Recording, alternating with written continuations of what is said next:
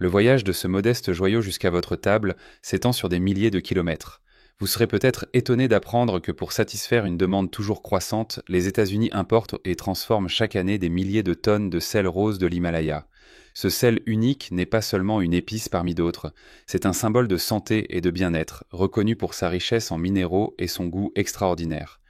Bien que plus de 42 millions de tonnes de sel différents soient produits et importés chaque année, le sel rose de l'Himalaya est le plus populaire. Mais qu'est-ce qui le rend si unique ? Aujourd'hui, nous vous emmenons dans un voyage extraordinaire pour vous montrer comment cette pierre précieuse ancestrale est transformée dans des usines modernes aux États-Unis. Grâce à ce processus, des morceaux de sel brut sont transformés en fins cristaux que vous utilisez au quotidien. Et si on commençait ? Assurez-vous d'être abonné à notre chaîne et d'avoir activé la cloche de notification avant de nous lancer dans ce voyage. N'hésitez pas à revenir régulièrement pour découvrir d'autres articles qui vous emmèneront dans les coulisses lors de la production de vos plats préférés. C'est sous l'ancienne mine de sel de Kera, au Pakistan, une merveille géologique cachée au pied de l'Himalaya, que commence l'histoire du sel rose de l'Himalaya. L'histoire de cette mine remonte à plus de 250 millions d'années, ce qui en fait un vestige historique inestimable. Cette mine n'est pas une mine de sel comme les autres. À cette époque, cette région était recouverte d'immenses océans primordiaux. Ils ont laissé derrière eux d'immenses dépôts de sel qui, au fil des millénaires, se sont compactés pour former les formes cristallines que nous connaissons aujourd'hui. Ces dépôts de sel ont été laissés par l'évaporation progressive des eaux. Quel est l'ingrédient qui donne au sel rose de l'Himalaya sa couleur rose si particulière ? Ce mélange unique de plus de 84 oligo-éléments, dont le magnésium, le calcium et le potassium, est non seulement responsable de la couleur rose du produit, mais contribue également à améliorer son profil nutritionnel. Les personnes soucieuses de leur santé apprécient ces minéraux pour leurs bienfaits potentiels, allant de la santé osseuse à la régulation des électrolytes. Pour tailler les immenses murs de sel de Kera à l'aide d'outils manuels et d'équipements rudimentaires, les ouvriers de la région s'appuient sur des pratiques ancestrales. Grâce à cette méthode rigoureuse, la structure naturelle du sel et son intégrité minérale sont préservées sans aucune perte.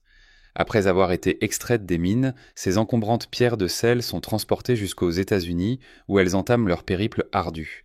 La popularité du sel rose de l'Himalaya n'est pas une simple mode passagère, c'est un phénomène mondial. La popularité de ce produit a explosé ces 10 dernières années grâce aux recommandations d'experts en bien-être, de chefs renommés et de simples amateurs de cuisine. Grâce à sa saveur distinctive, son aspect attrayant et ses prétendus bienfaits pour la santé, le sel est devenu un ingrédient indispensable dans les cuisines du monde entier. Aux États-Unis, le sel rose de l'Himalaya trouve de nombreuses applications, allant de la cuisine gastronomique aux soins spa. L'adaptabilité de ce produit a suscité une demande que les usines américaines s'efforcent actuellement de satisfaire. Ces entreprises conditionnent le sel, le raffinent et le distribuent à grande échelle. Ainsi, ce produit autrefois rare est désormais disponible dans les rayons des supermarchés de tout le pays. Voyager du Pakistan aux États-Unis n'est pas chose aisée.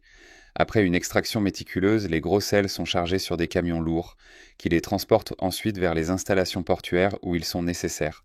C'est ici que le sel est conditionné dans des conteneurs durables, résistants à l'humidité et conçus pour supporter le long voyage transocéanique. Ensuite, ces cargaisons entament leur périple transocéanique, parcourant des milliers de kilomètres avant d'atterrir dans des ports américains en provenance d'autres pays. Une fois arrivé à destination, le sel est soumis à une inspection supplémentaire afin de garantir qu'il n'a pas été pollué en cours de route. À l'étape suivante, des véhicules spécialisés transportent le sel vers les entreprises de transformation où la transformation du sel commence véritablement. Une fois livré aux usines aux États-Unis, le sel est soumis à une combinaison de technologies de pointe et d'expertise humaine. Une procédure d'inspection exhaustive est appliquée à chaque expédition. Ensuite, les ouvriers de l'usine et les experts en contrôle qualité collaborent pour inspecter le sel et déceler toute impureté, garantissant ainsi que seules les roches de la plus haute qualité sont autorisées. Ce contrôle qualité préliminaire est crucial. Les clients exigeant du sel rose de l'Himalaya authentique et pur, les critères sont extrêmement stricts. Tout sel ne répondant pas à ces normes strictes est soit jeté, soit réutilisé pour des applications non alimentaires. Une fois les pierres de sel inspectées et jugées en bon état, elles sont acheminées vers un système de nettoyage sophistiqué. Ce produit nettoyant est unique en son genre. Au cours du processus, de l'eau pure est utilisée pour nettoyer soigneusement chaque morceau de sel, éliminant ainsi la poussière de surface et autres impuretés, sans altérer la composition riche en minéraux des cristaux. Les roches de sel récemment lavées contiennent de l'humidité, qui doit être éliminée avec le plus grand soin avant de pouvoir être broyée avec succès. Entrez dans les chambres conçues pour un séchage précis. Afin de réduire progressivement la quantité d'humidité présente dans le sel, ces installations de haute technologie utilisent un système de chauffage et de ventilation régulé. Un excès d'humidité peut entraîner l'agglutination du sel, le rendant moins appétissant et plus difficile à utiliser. A l'inverse, un sel trop sec risque de perdre son intégrité structurelle. Le processus de séchage permet au sel d'être prêt pour la prochaine étape de son voyage sans perdre sa qualité ni sa texture. Cet objectif est atteint grâce à l'équilibre idéal entre les deux processus. Quoi qu'il en soit, le processus laborieux est sur le point de commencer. Après séchage, les pierres de sel sont passées dans des broyeurs industriels où elles sont décomposées en grains de différentes tailles. Cette étape vise à répondre à toutes vos exigences culinaires, que vous préfériez le gros sel pour votre moulin ou les grains fins pour des recettes plus délicates.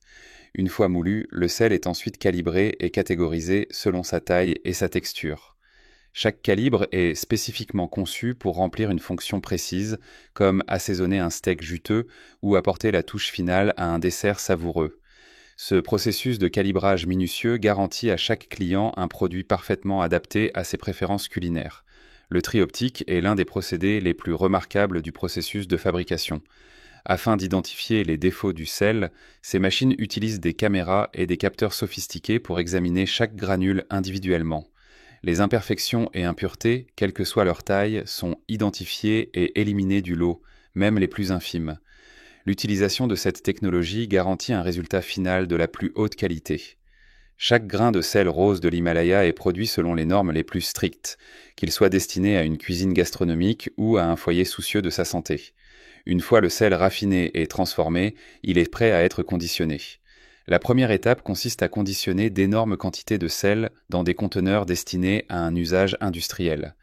Ces emballages hermétiques, conçus pour préserver le sel de l'humidité et des impuretés, garantissent sa fraîcheur et son intégrité tout au long du stockage et du transport. En règle générale, les marchés de gros et les grandes entreprises de restauration constituent la principale cible des emballages en vrac. Ces emballages garantissent aux restaurants, producteurs alimentaires et autres entreprises du pays un approvisionnement constant en sel de la plus haute qualité. Une deuxième étape de conditionnement est effectuée avant la distribution aux consommateurs. L'objectif principal est de créer des emballages non seulement pratiques, mais aussi esthétiques et préservant la fraîcheur.